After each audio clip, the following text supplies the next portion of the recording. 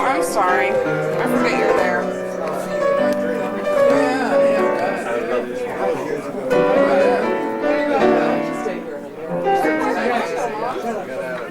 It's deal, it's a deal. Maestro. Music maestro, please.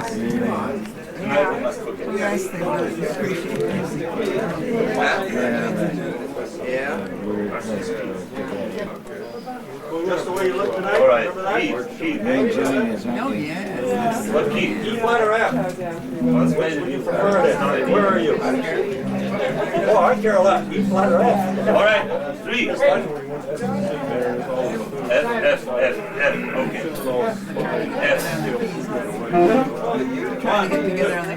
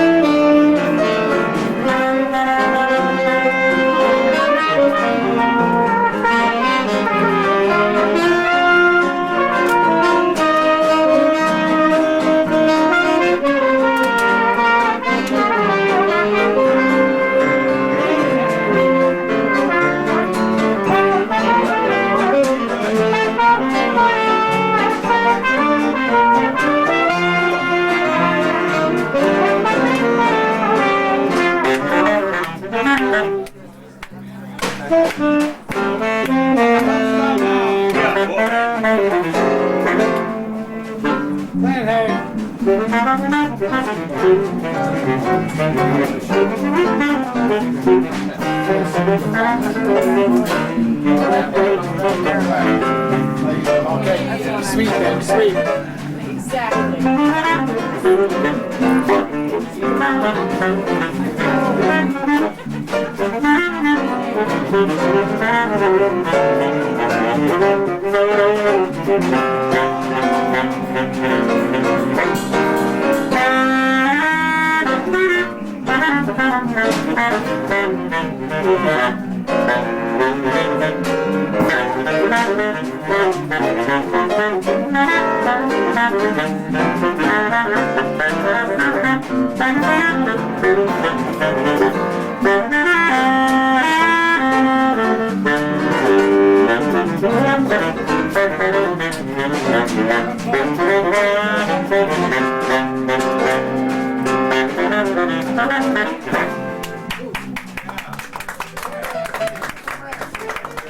Yeah, Bryce was good.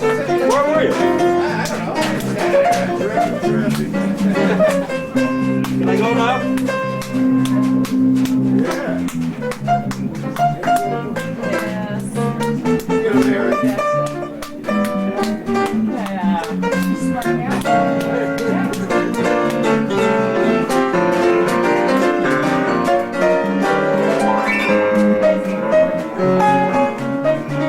It's a team effort now, everybody.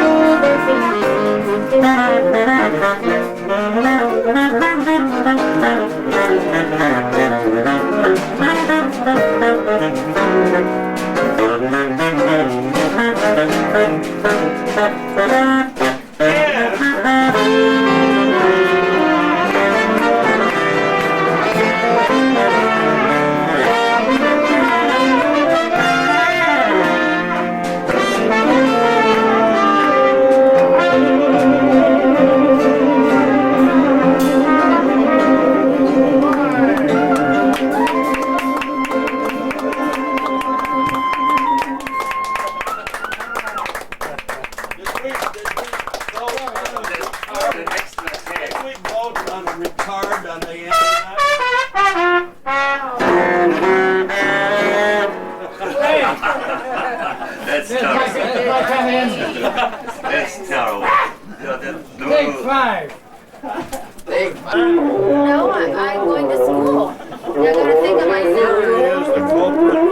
This is Marie and Steve. Hey, what's that? I'm fine, Mark. What's that done, buddy? Yeah, I think we're ready. Did you have any of this?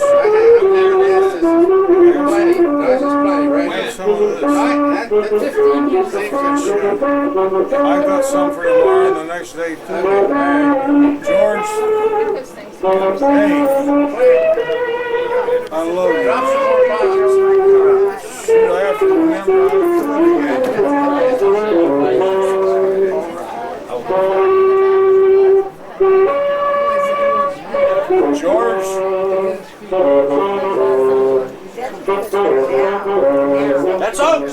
That's all. Yeah. Turn face. I got a little speech. Play a drill. Got a speech. We gotta hear the speech. Okay. Gather around. Quiet, everybody.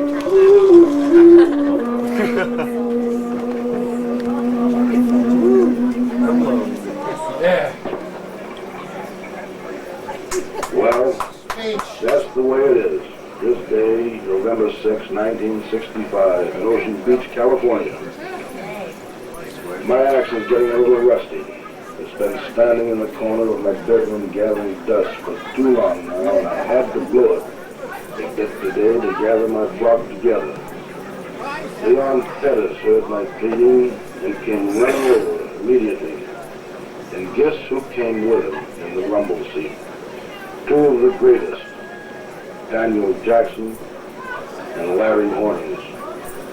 They heard my call from way over on the other side of town and knew that this was the day to blow up the ocean. The blue Pacific that is in front of my pad. I've invited a few close friends to hear them today Let's try next Sunday. playing their message. And as Eric Dawson said in his last record band, when you hear music after it's over, it's gone in the air. You can never capture it again. Except on tape. Today we will capture the feelings and the sounds of these three on my workboard, and it will not be lost to the air. It is ours as long as we have the tape to listen to and enjoy, to remember the day that I dusted off my axe and put out my call to come to the beach, blow at the ocean, and my friends, and me. Life is a gas.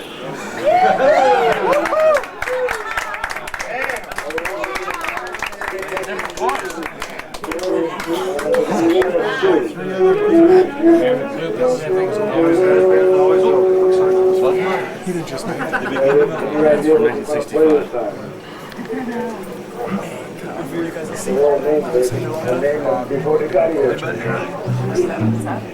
All right, Daniel Jackson, Leon Pettis, and Larry Hornings are There's going one to for the lose parade. Bob on there. I hope so.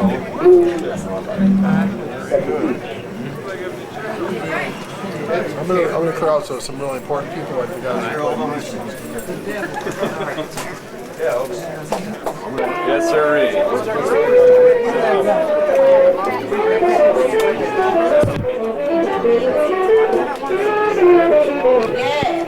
I'll start it off with how I happened to meet him. Get it over there.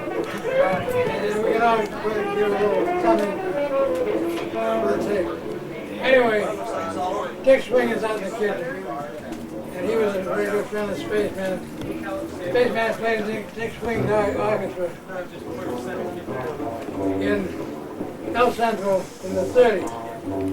And somehow he found out that Spaceman was in San Jose or something. But to make it long story short, he finally gave up, Harry. We finally got him, Swing finally got him down to San Diego to visit. But the thing is, they were both alcoholics at the time. And Swing was in jail on a drunk charge. So he called me somehow. I forget how it all came together, but I was to meet this guy named Clint Carey at the airport at 5 minutes after 6, April 15th, 1963. I was there. Spaceman was recognized me by the fact that I had a National Geographic magazine under my arm. We got together, he got off the plane. He drove out to this court right at a little house across the street. Spaceman was a little gassed. And How are you? I was sober at the time. But anyway, he came into my house. Well, first we went down to the jailhouse to see if we could get Swing out of jail.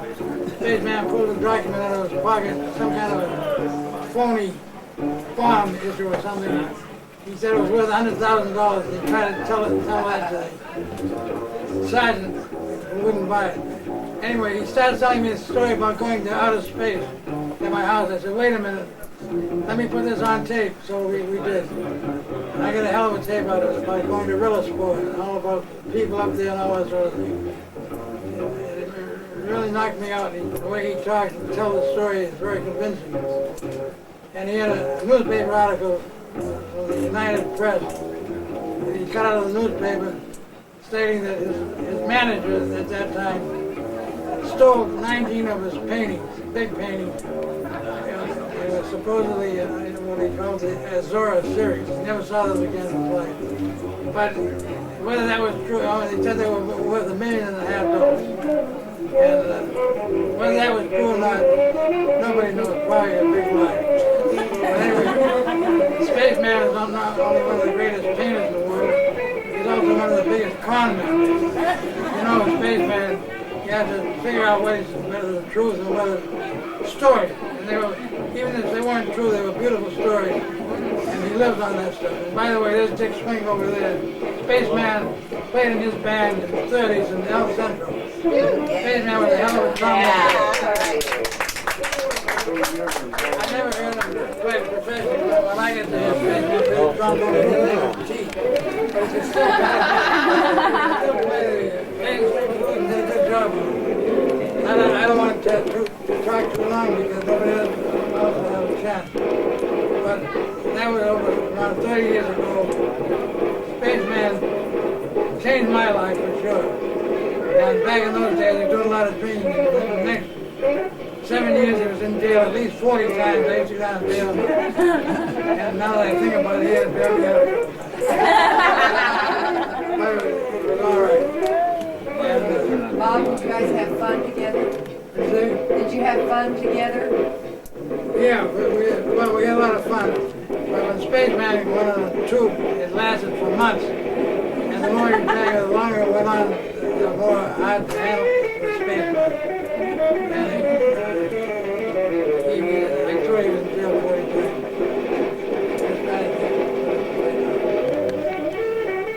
That Daniel Jackson on the saxophone, pretty damn good.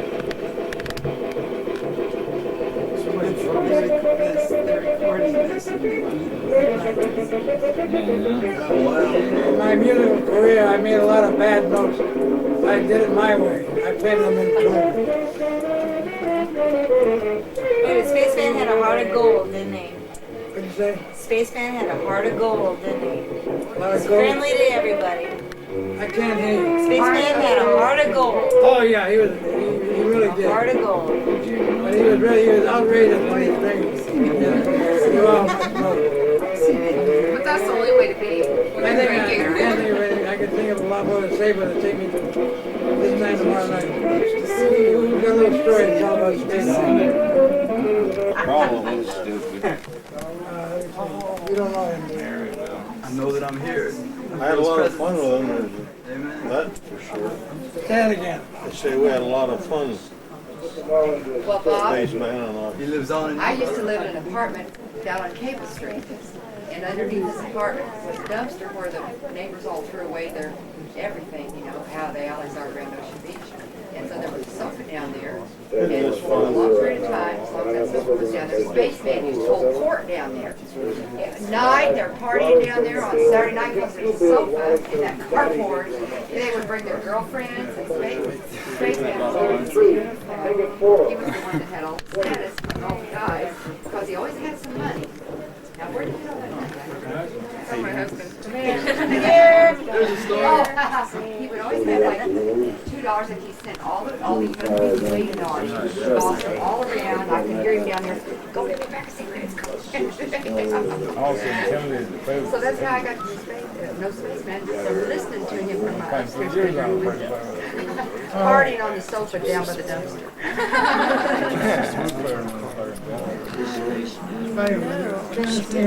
Do for you. He always liked his root beer and his french fries with lots of ketchup. And no matter what you're doing, no matter how important, whatever appointment you had was, the Spaceman said, hey baby, he says, how about some french fries? You know, I really would like a root beer right now. He would stop what you're doing, do it for Spaceman, he'd go and get his root beer or his french fries. I don't want to get held hostage with you. Oh, good to heaven. No. Anyway, this is Dick Swing, and he knows Spaceman pretty well. And we all have to listen and see what Dick's gonna tell us about Spaceman. Get close to your face. Okay, close enough? No. Close enough? That's good. Lisa, Tell him about something they don't know about. Well, I just want to. I first knew Spaceman How you doing? in El Centro, California. I had a combo. I had a combo in high school, all 4 years. This thing over there. And when I was 16, we were playing dance at the new American Legion Hall in El Centro, my combo. And I finished playing a tune, and then up stepped a young man, prematurely bald, who introduced himself to me as Bud Joy. And he asked me if I could use a trombone player, and I said, "Where is it?" He said, "Out in the car." I said, "Well, go get it." So we played dances around the towns in Imperial Valley together. He played excellent trombone, had taken lessons for years, and was really great. I was playing saxophone, clarinet, and violin, and vocals at the time. And he played, he could take a harmony part to any tune that came out. All of those Bing Crosby things and so forth. Well, I could probably talk on for quite a while, but I don't feel much like doing it. But I will say that he and I was 16 years old at the time I met him. He was 24. Not too long. We played for 2 or 3 years around various towns for dances and at the local Fox Theater. And Spaceman and I were both alcoholics. Heavens. I'm sorry to have to tell you that. Oh, we got rid of the good ones. Periodic alcoholics. We didn't stay. We pulled some pretty good deals. Like one night we were playing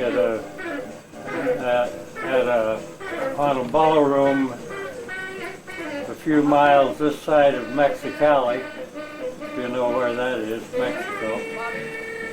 And well, let's see. Spaceman. It's hard to realize that he's gone. But it was time. We were friends all of those years. He had an apartment up in South Pasadena, and I stayed with him for a while up there. And he had the large living room full of the most fabulous blacklight paintings you could ever imagine. He has thousands and thousands and thousands of pictures that he painted over the years. And someday he won't be here, but I'm sure that wherever he is, he'll laugh when they get to be extremely valuable. Oaks already. Oaks. Right here. You better take over. Thank you.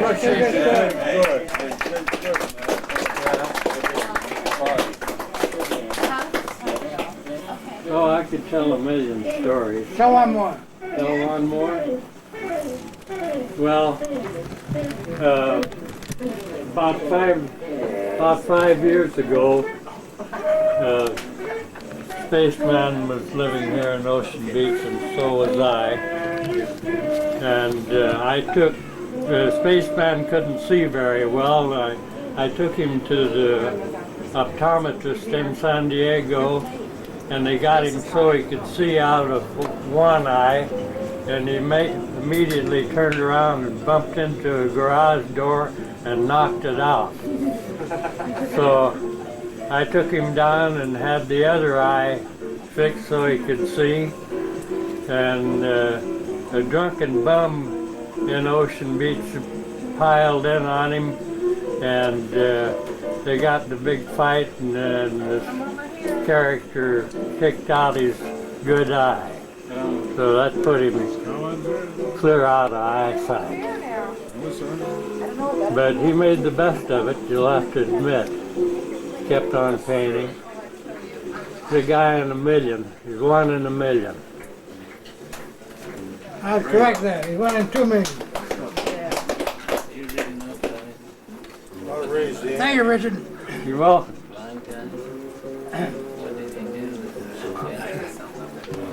Sit down. I gotta get my background music Yes. on. What are you gonna? You're taking some more pictures? Yeah, no biggie. Any more stories coming up here?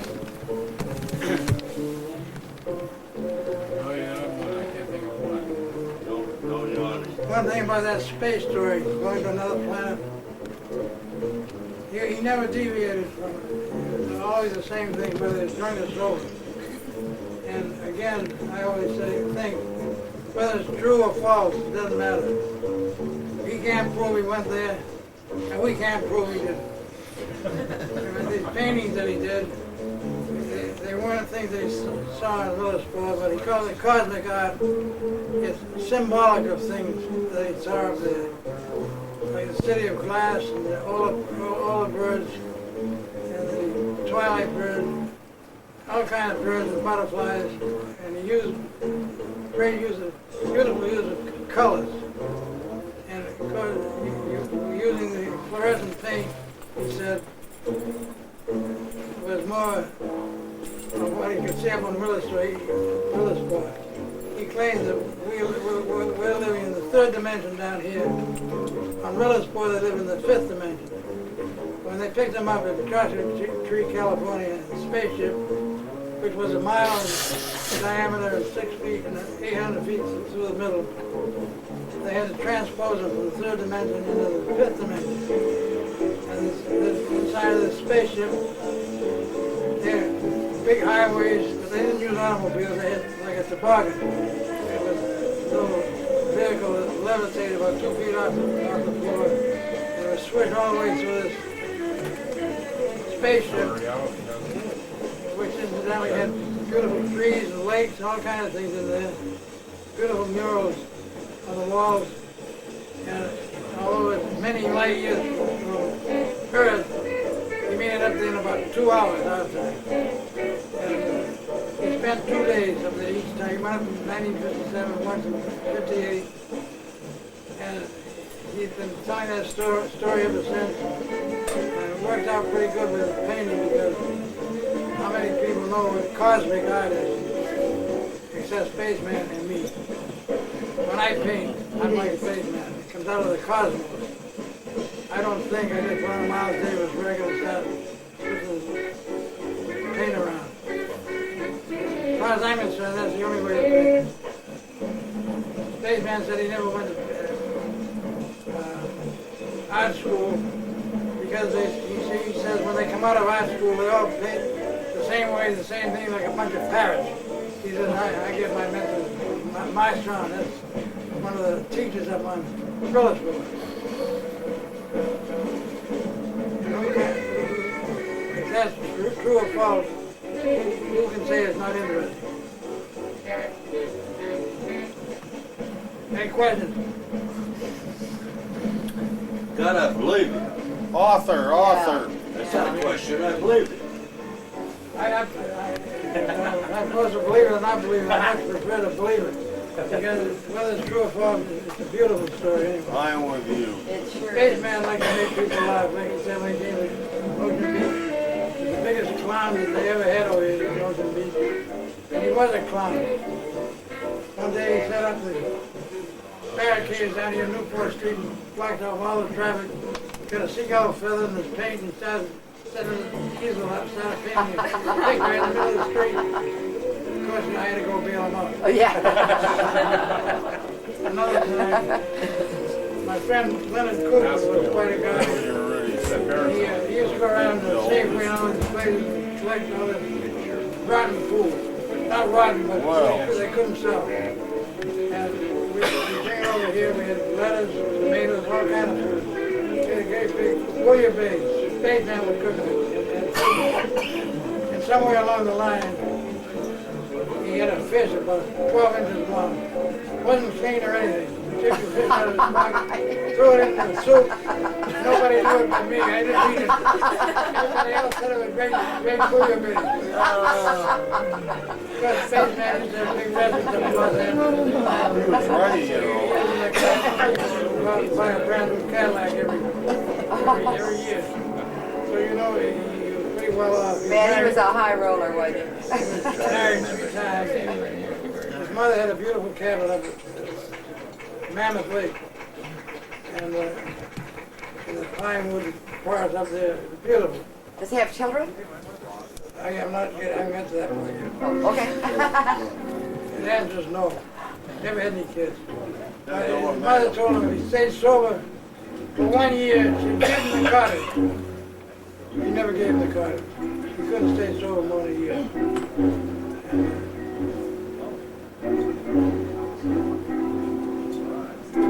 Same with questions, maybe I can get it. Come up with that. What kind of shoes did he wear? What kind of shoes did he wear?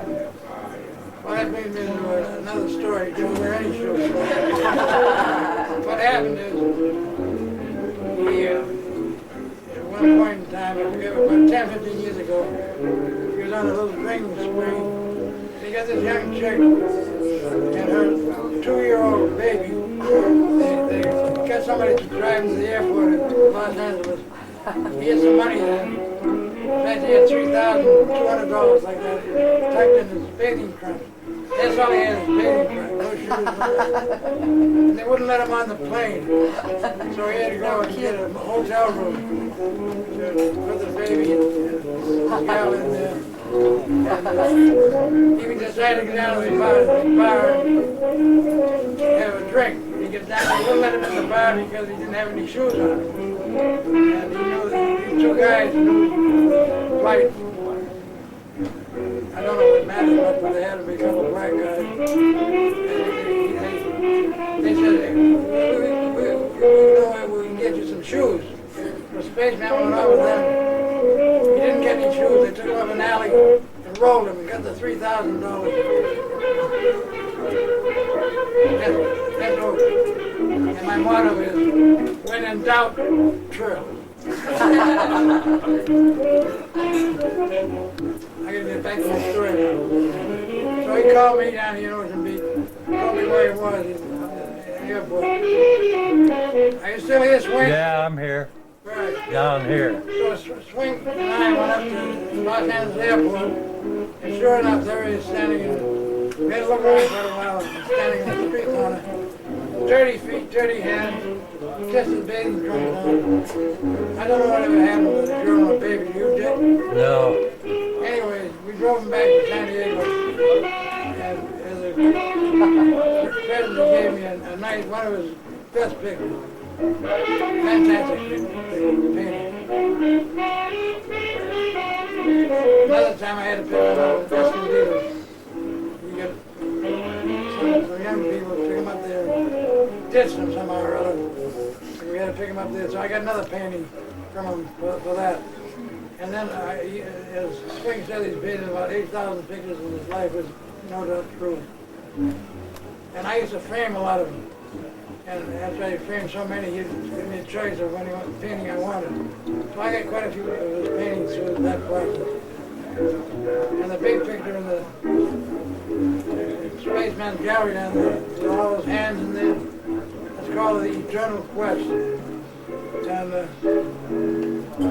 I saw it rolled up, it was painted on fiberglass.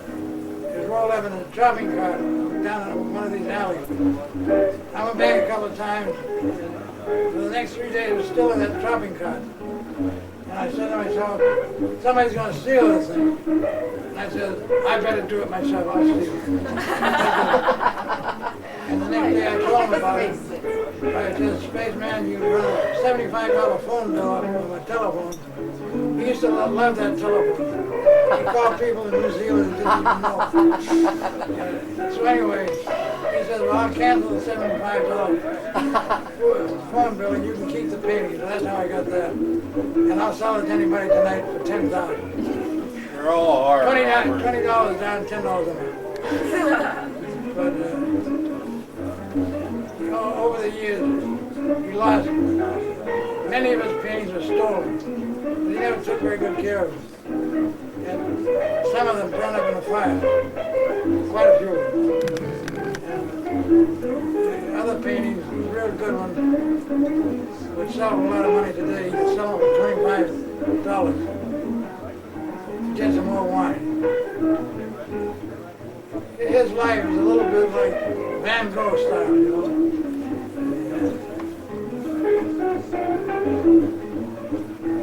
Where's Swing?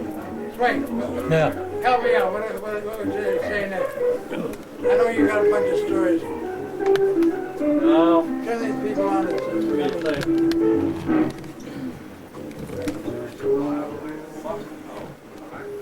there was a time pertaining to the time that I stayed with him in South Pasadena. The two men approached the front door, knocked, and I was there, and they came to get Spaceman. About what year? About 1952 or 3, something like that. Okay. Well, that you have to really know Spaceman intimately to know the real Spaceman. He was quite an actor. And a hell of a musician. And I loved the guy dearly and did everything that I possibly could to help him on his way in the last several years. To know him well would be to love him. He's undoubtedly one of the all-time great artists. And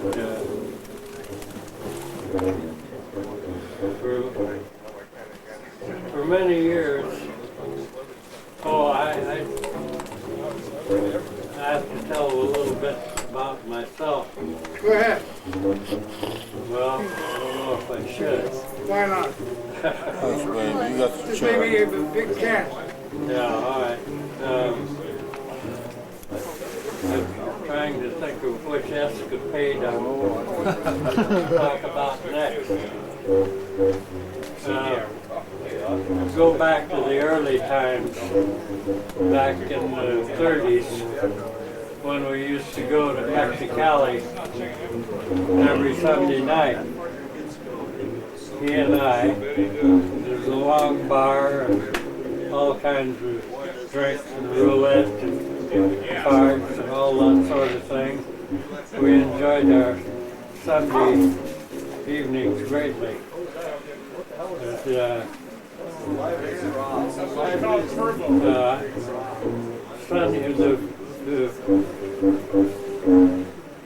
The first period on Monday morning were the weekly tests in chemistry, and I didn't need the credit to graduate. The professor approached me along toward the end of school and asked me if I wanted my credit in chemistry, and I told him yes, I'd like to have it. He said, well, you'll have to come down and make up all those tests you made. So I hit there for Monday morning a couple of days later, and I had read the chemistry book, and the most amazing thing that ever happened in my life, surprised me more than anything else, was that I got the highest grade in the school, and the second highest grade of all of these chemistry classes. I don't know if you people are probably a little younger than we are. Maybe not. Anyway, we were sitting at the bar in Mexicali, and who but the great actor Victor McLaughlin. You remember him, don't you? Yeah, sure do. Victor McLaughlin, he had a buddy with him. They were making a picture out in the desert. And they were there, and Wally Ford was his buddy, and we were sitting on one side of the bar having an absinthe, and across from us, facing us, were Victor McLaughlin and his buddy Wally Ford, and there was a great big farmer that was in the warm, and he was sitting at the bar with his had a lot of hair on his chest, and Wally Ford, that's when those little gopher matches came out, and Wally Ford was striking with those matches and throwing him up on this guy's chest in the hair. And I did it several times. I got down and went around so I could get a closer view of it, and this big guy started getting down off, he got down off his stool after a while, dawned on him what was happening, and Victor McLaughlin picked him up by the waist and set him back up on the stool. Anyway, I thought it was funny.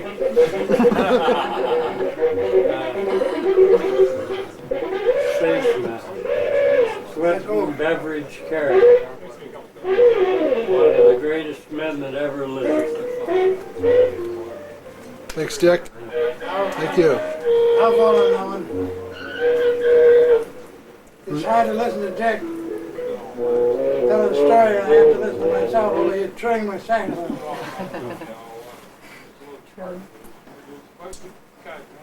I'll just tell one short story, then maybe somebody else will like to tell a story.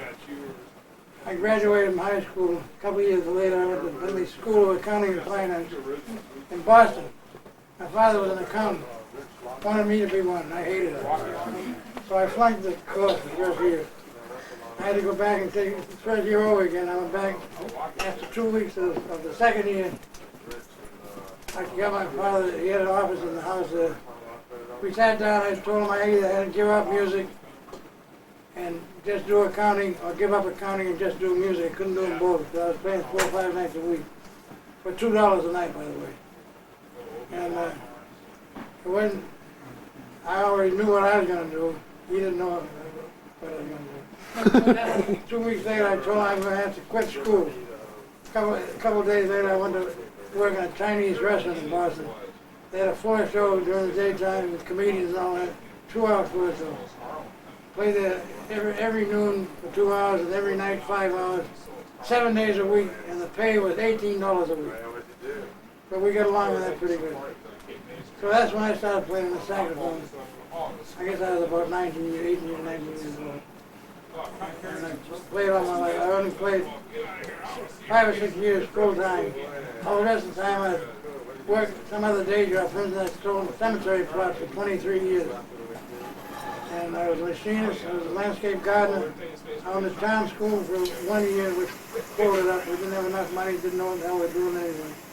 But it's something I can't believe it actually happened now. In fact, when I look back at my life, there's a lot of time, a lot of episodes in my life which are no more real to me now than a dream you might have any night.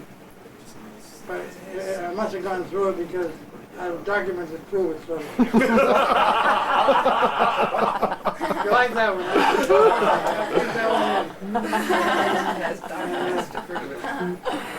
Oh. All right, let's see your papers. Sure. I'll tell you how I happened to take up jazz. I remember it was a hot summer afternoon in Malden, Massachusetts. It was about 11 miles north of Boston. And the radio was on, the old Atwater Kettle playing some music. And they played a record by a guy named Louis Armstrong. I remember the tune with Dinah. And right then and there, I knew that I was going to have to play jazz music all the rest of my life, somehow or other. My father finally bought me an old C-melody saxophone And he said, Robert, if you practice an hour a day, I'll give you $1 a week. The guy's gonna goof it up, you know. About 2 or 3 weeks later, he's offering me $2 a week to shut up. I was playing 3 or 4 hours a day. I never got to be big time musician, except in my own mind. But I played with a lot of guys back in those days that graduated into bands like Benny Goodman, Artie Shaw, and all that sort of thing. And whatever day job I was playing, working on in the daytime, I was always playing 2 or 3 or 4 nights a week. In fact, the first time I played with Gary Lefevre, he was 16 years old. And your brother Joe was in the band too. And I wouldn't have missed anything gone on my, like Larry Himmel says, if you want to get rich, don't be a jazz musician. I never got rich, but I sure had a lot of fun. Enjoyed life tremendously. And of course, you probably know I was quite a record collector. I collected records all my life. Since those records over behind the drum there, those are 78 RPM records that I collected prior to 1945. And a lot of them I got in a place down on 14th Street in New York. Second-hand records, 9 cents a piece. Some great music. Fletcher Henderson, Earl Hines, Louis Armstrong, all those people. And I collected thousands of 78. This is all I have left. That's all sold all the rest of it. But I got all of these records here. I had them shipped out here from Boston, and I got them all on tape. Once in a while, I'll put them on. But yeah. May I say something on your tape? What's that? May I say something on your tape? Sure. This is Tony. Okay, I just want to say, you know, I'm a poor person. I could only buy a few of your records, where other people buy hundreds. But the few records that I have, I'll cherish for the rest of my life. Man, thank you very much. You're welcome. I got a sign in the bathroom somewhere. Life without music would be a mistake. That's a good way to put it. Oh, I over the years I collected hi-fi records, the stereos and all of that. I ended up with 6,000 records, which was in where the Spaceman's painting are now. But through some process which I kind of forget about, a guy came down from Los Angeles and he wanted to know if I'd sell him all my jazz records. I said, I'll think it over. Well, I'll make a long story short, he ended up giving me $15,000 for the 6,000 records. But I put 2,000 of them on tape, so I got plenty of jazz. And in those boxes over there, I've got about 500 tapes of jam sessions we've been having here for years and years. And like this afternoon, I happened to put one on haphazardly. I forgot who it was. I said, gee, that's damn good music. But I had no idea that it was jam sessions in my house. I thought it was one of the records I bought downtown. But it turns out to be something made right in my patio. And that's where a lot of my jam session records are. First class. You got something to say? Anybody else want to say something about Spaceman? Because that planet he went to is called Rillasport. And I have a feeling he's about halfway there right now. Going back to a visit.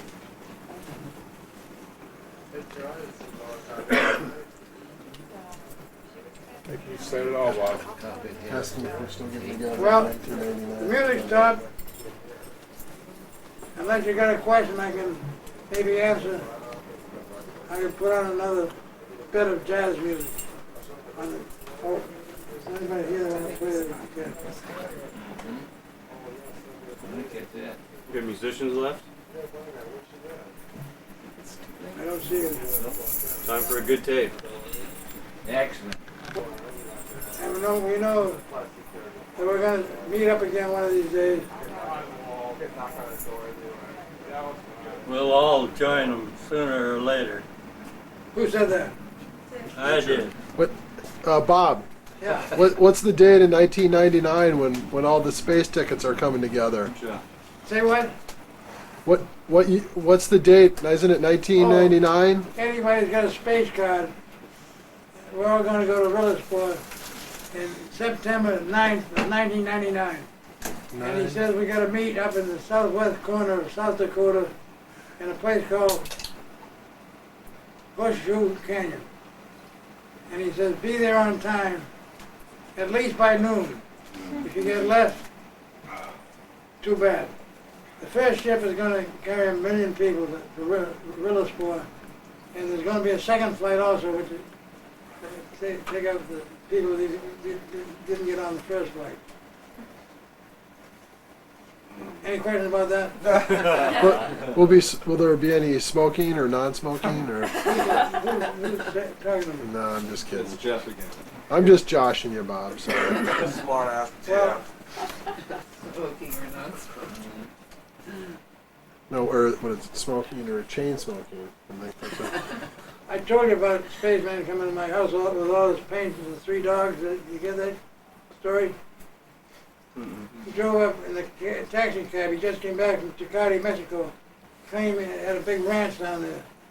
The ranch was about a 10 by 10 foot boarded shack. I used to get out there to get away from people again. And he came back across the border. He smuggled these 3 great big dogs into the United States. Drives up in a cab behind my house across the street there. He brought these animals in the house in a cardboard box full of paint and brushes and all that. And he wanted to let me know that he's going to give up painting. He's going to go back to the trombone. And I didn't believe him at first, but sure enough, he did leave the paintings there. But one of these dogs is sitting on my couch, and after a period of time, the thing made a noise. It didn't sound like a dog barking at all. It sounded more like a goat. And I decided he sounded like a goat. He looks like a goat. And I see he's got horns. Sounded like a goat. The spaceman brought that goat into my house, those 2 dogs. And he left the paint with me and left. I don't know where he went over when I saw him next, but anyway, I said, I'm going to try these paints out myself. So I started painting, and for the next few years I did some painting. And some of them come out pretty good. You probably saw them in the back room. But the thing, hello, Dave. Hey, Dave. How you doing? To close this segment of Spaceman's story, I'm going to tell you the guy walks in the house here that plays fantastic flute. His name is Dave Millard. Get your flute with you? The band went home. Huh? The band went home. They didn't know you were coming. Dave Millard. I saw Daniel. Coming back through. Now let's hear, there's my come on in, Lou. My granddaughter Judy. I mean Heidi. No, Heather. That's what happens when you drink this. Get down. You're in trouble now. How you doing, Louie? Pretty good, how you doing? I just told a bunch of stories about Spaceman. Heather, you got a little story about Spaceman the time you found him. The camera. I'm sorry, I don't want to go on the camera. Come on and tell a story about it. Say it. You can just say it. I won't put you on the Come on. camera. Tell me Oh, the I'm time on you The found Voice him. right now? Huh? I'm. Come on, Well, tell it. I miss him, and he lived a long, nice life. And Tell the story when they found him on the floor. oh, not right now, Bob. Come on, it's a big chance. No, you're awful. Come on. No, I don't want to do this. I'm all shy. Well, anyway, Heather found Spaceman when the guy kicked his eye out, and she called the medevac to come and pick him up. Damn it. Get your flute and play an a cappella flute for us. You want to do that? Play a tune? Well, really? Yeah, why not? Yes. You got it with you? I gotta walk down the alley. Go walk down the alley. We'll give it 5 minutes to get back to you.